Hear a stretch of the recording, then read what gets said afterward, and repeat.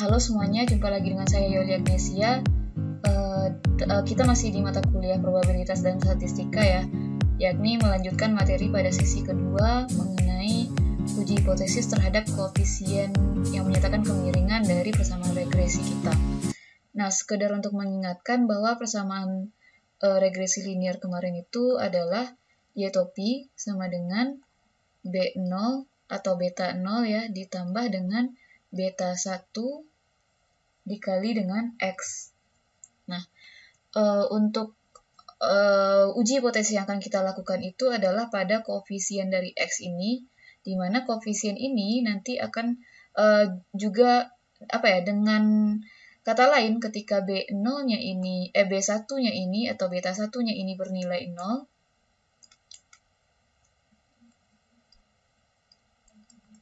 maka si X dengan Y-nya ini tidak ada hubungan ya, karena nanti persamaannya hanya menjadi Y topi sama dengan B0.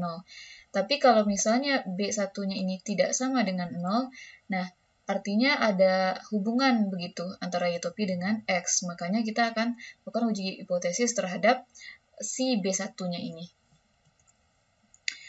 Nah, di sini dia katakan untuk menunjukkan ya hubungan linear antara X dengan Y, maka kita akan menggunakan si B1 ini, merupakan kemiringan dari si populasi, gitu, populasi. Nah, hipotesisnya itu berupa B1 sama dengan 0, di mana artinya adalah tidak ada hubungan linear antara X dengan Y. Dan untuk HA, atau di sini juga bisa digunakan H1 ya nantinya, itu berupa B1 tidak sama dengan 0. Interpretasinya adalah ketika B1 tidak sama dengan 0, artinya di sini terdapat hubungan linear antara X dengan Y. Nah, di sini kita mengambil distribusi samplingnya ya, dari si kemiringan gitu. Jadi kita berlandasan kepada distribusi sampling dari si kemiringan atau nilai dari B1 ini. Nah, misal di sini terdapat beberapa sampel dari kemiringan dari hubungan X dengan Y gitu ya. Nah, bisa saja sampel 1 itu kemiringannya 2,5, 1,6, 1,8, dan seterusnya. Nah, nanti berdasarkan sampel ini kita bisa memperoleh distribusi sampling dari si B1 ini seperti ini ya. Nah, sehingga nanti tes uji statistik yang kita gunakan untuk hipotesis itu adalah uji T, di mana rumusnya adalah atau formulanya B1 topi. Ini B1 topi ini nanti adalah ya taksirannya ya dari si B1.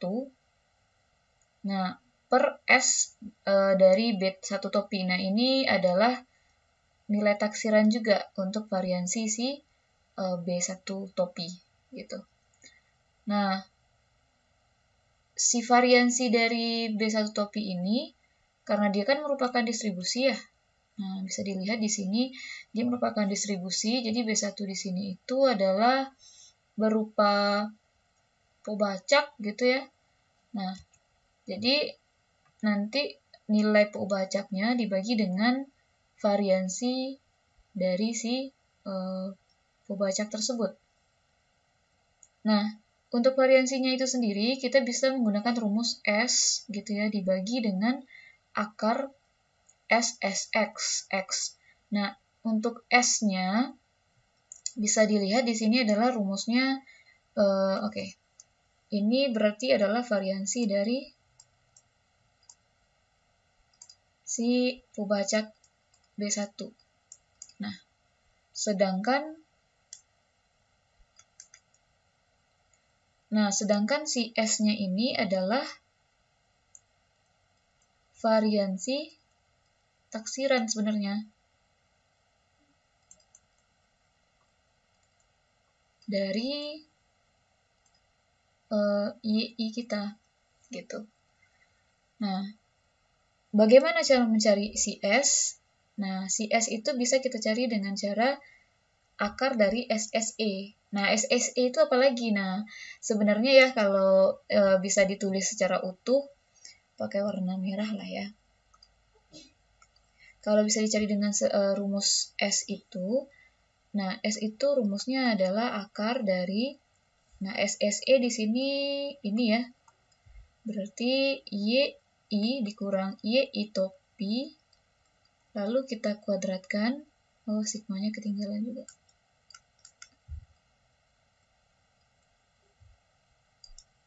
Dan dibagi dengan N dikurang 2. Nah, ini rumus S-nya. Nah, sedangkan untuk SSXX gitu ya. Nah, rumusnya itu adalah yang ini. Nah, ini.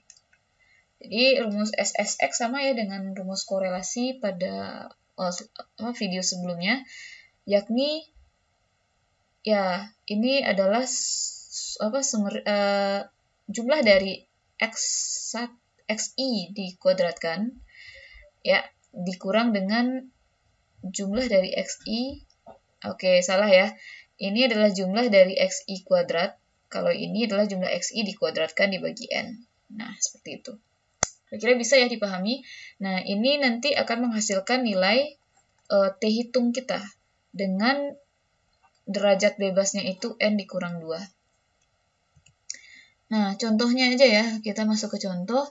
Di sini ada data iklan dan penjualan. Nah, di sini dia diketahui langsung B0-nya itu B0 topi adalah negatif 1, sedangkan B1 topi adalah 0,7. Oke, ini 0,1 ya, negatif 0,1, di sini 0,7 untuk B1 topinya. Nah, untuk S di sini itu langsung diketahui yaitu 0,6055. Nah, untuk nanti beberapa soal kalau ditemukan hanya data saja, artinya kita disuruh mencari X-nya. Artinya kita perlu mencari S-nya terlebih dahulu gitu.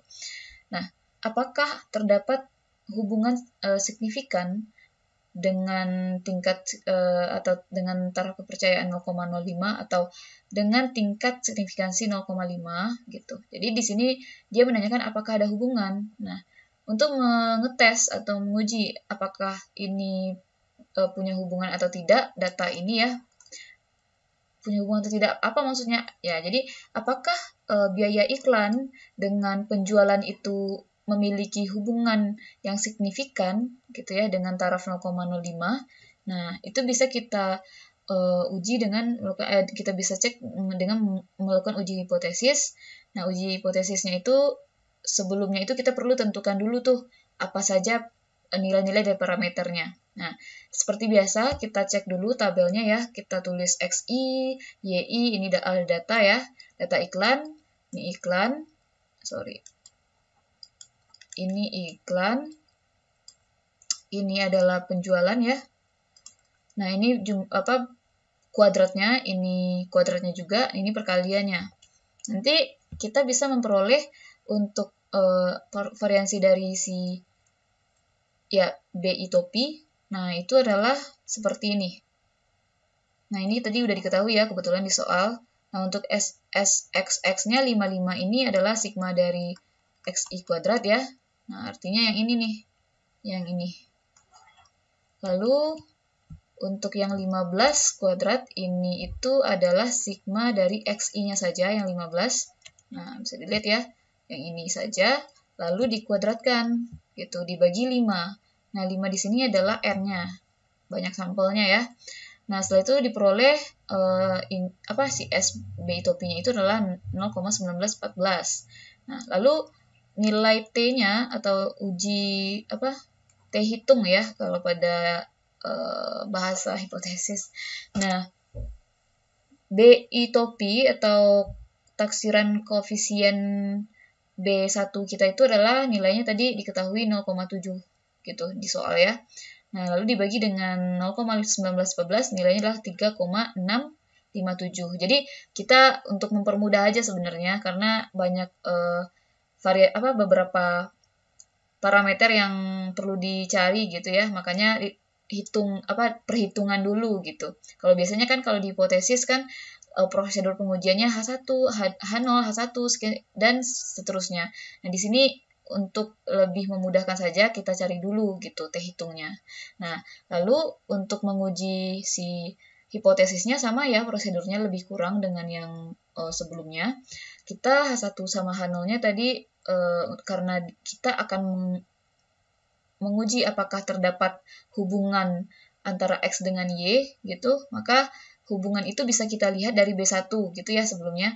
Nah, maka di sini ketika H0-nya kita buat B1 sama dengan 0, ini menunjukkan tidak ada hubungan.